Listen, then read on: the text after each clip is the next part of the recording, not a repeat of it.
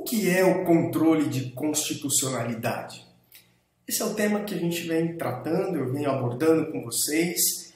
Vocês devem gravar de uma maneira objetiva, direta, que o controle de constitucionalidade nada mais é do que a atividade de se verificar a compatibilidade de atos normativos com o texto constitucional. Repito, é a atividade de se verificar a compatibilidade dos atos normativos com a Constituição Federal. Assim, quando um ato normativo ele é submetido ao controle de constitucionalidade, caberá à pessoa, a quem estiver fazendo esse controle, decidir se tal ato ele é compatível ou não com a Constituição.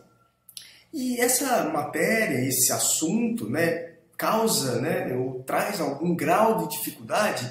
Por quê? Porque ele é uma matéria, ele é um tema com um cunho de natureza processual muito forte, muito intenso.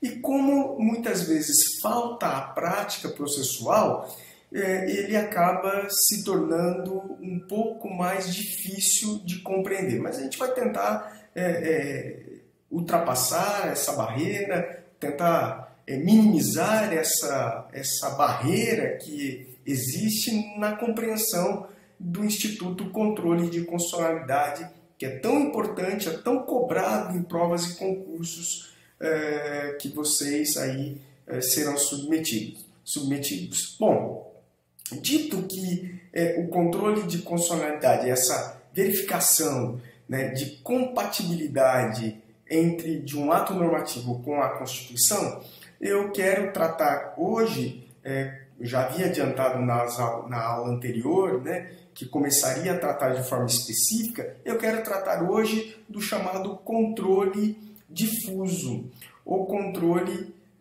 aberto, como também é conhecido. O controle difuso de constitucionalidade, ele é aquele que é realizado por todo e qualquer juiz ou tribunal. Não há nenhum impedimento para que essas pessoas façam aí o chamado controle de constitucionalidade. E ele recebe aí esse nome de controle difuso porque ele não possui nenhum órgão específico para que realize esse controle. Diferentemente, ou fazendo aí um contraponto com o chamado controle concentrado, onde nós temos um órgão único, que é o STF, que é o guardião aí, que é o legitimado a fazer a guarda da Constituição, impedir que ela seja violada, vulnerada por leis ou atos normativos que não a respeitem. Já o controle chamado difuso, ou também aberto, concreto, permite que todo e qualquer juiz ou tribunal, juiz aí de primeira instância ou tribunais, façam esse exame de constitucionalidade. Bom, lembrando que o controle concreto ou controle difuso, ele vai ocorrer sempre dentro de um processo judicial, ou seja, sempre dentro de um caso concreto, em oposição ao chamado controle concentrado, que você não tem aí um caso concreto propriamente. Você faz a aferição de compatibilidade ou incompatibilidade da norma constitucional em abstrato. Tanto é que você não tem partes. Aqui você tem um caso concreto onde essa lei infraconstitucional ela vem causando aí efeitos indevidos, contrários à Constituição. E aí então uma das partes dentro do processo, ele vem e alega, ele questiona a constitucionalidade. Ou seja, ele diz, olha, juiz, essa lei ela é inconstitucional. Bom, eu não quero que o juiz, uma das partes, ao alegar a inconstitucionalidade da lei dentro de um processo, no caso concreto, ele não quer que o juiz declare. O objetivo primeiro dele não é que o juiz declare a inconstitucionalidade, mas sim que ele resolva o problema. Por isso que nós chamamos que o controle difuso, ele também é o chamado controle concreto. porque eu vou ter a resposta do julgador, do juiz, sobre esse meu pedido de inconstitucionalidade, mas resolvendo o problema, resolvendo o meu processo, né? Daí ele também ser chamado de controle incidental. Ou seja, para que o juiz solucione o problema que é colocado dentro de um processo, ele precisa afastar essa pedra do caminho, que é dizer se aquela lei é constitucional ou não. E isso pode se dar em qualquer tipo de processo, inclusive numa ação civil pública, no mandado de segurança, numa ação de execução fiscal, numa ação de natureza tributária ou não, enfim. Essa declaração de inconstitucionalidade vai ocorrer, repito, dentro de um caso concreto, dentro de um processo onde essa norma que se pretende seja declarada inválida, ela está impedindo que o juiz resolva o problema. Repito mais uma vez, a gente chama de controle difuso porque ele não é resolvido, ele não é solucionado por um órgão específico que faz o seu controle, mas sim por todos os juízes ou tribunal. Bom, e o passo a passo é o seguinte: juiz de primeiro grau declara a inconstitucionalidade.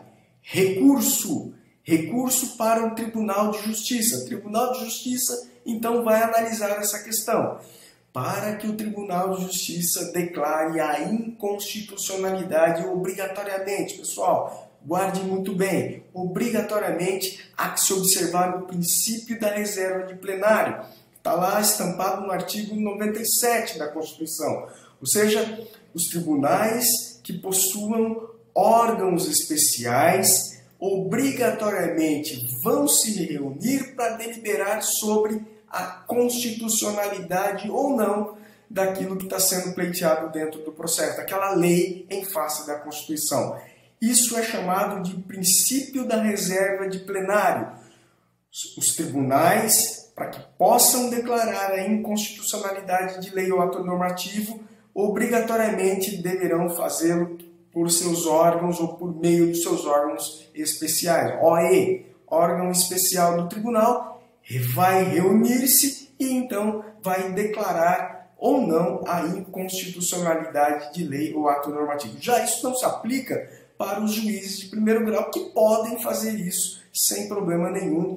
Isso está lá no artigo 97 da Constituição Federal, princípio da reserva de plenário. Guarde bem. Bom, imagine que o tribunal declare que aquela lei é de fato inconstitucional. O que vai acontecer? Recurso. Recurso para quem? Recurso para o STF. E qual é este recurso? É o tal do recurso extraordinário. Recurso extraordinário vai ser analisado, então, pelo STF. E quando é cabível o recurso extraordinário? Artigo 102, inciso 3 da Constituição traz as hipóteses que permitirão a interposição do chamado recurso extraordinário.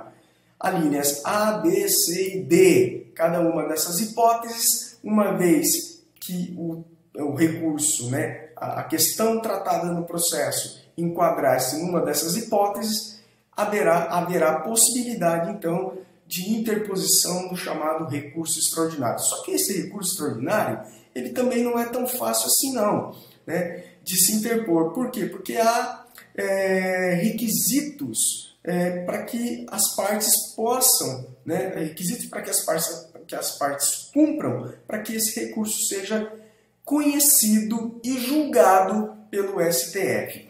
O primeiro requisito, que foi criado em 2004 pela Emenda Constitucional 45, que é conhecida, chamada pela reforma do Poder Judiciário, criou a chamada repercussão geral, ou cláusula de repercussão geral, que deve ser analisada no momento da interposição do recurso extraordinário.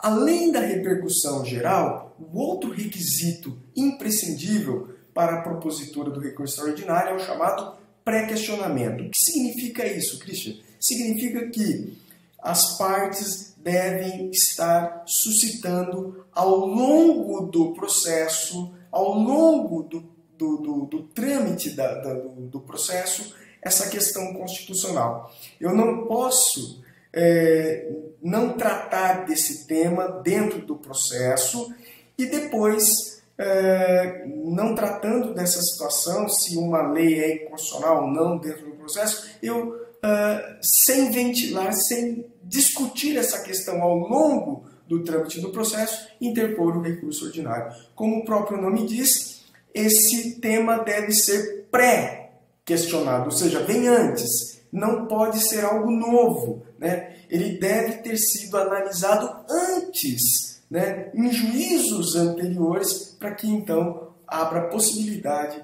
do STF, via recurso extraordinário, analisar essa questão. Isso é fundamental, dois requisitos chamados, um deles repercussão geral e o outro pré-questionamento. Guarde bem, sejam felizes, fique com Deus e até a próxima.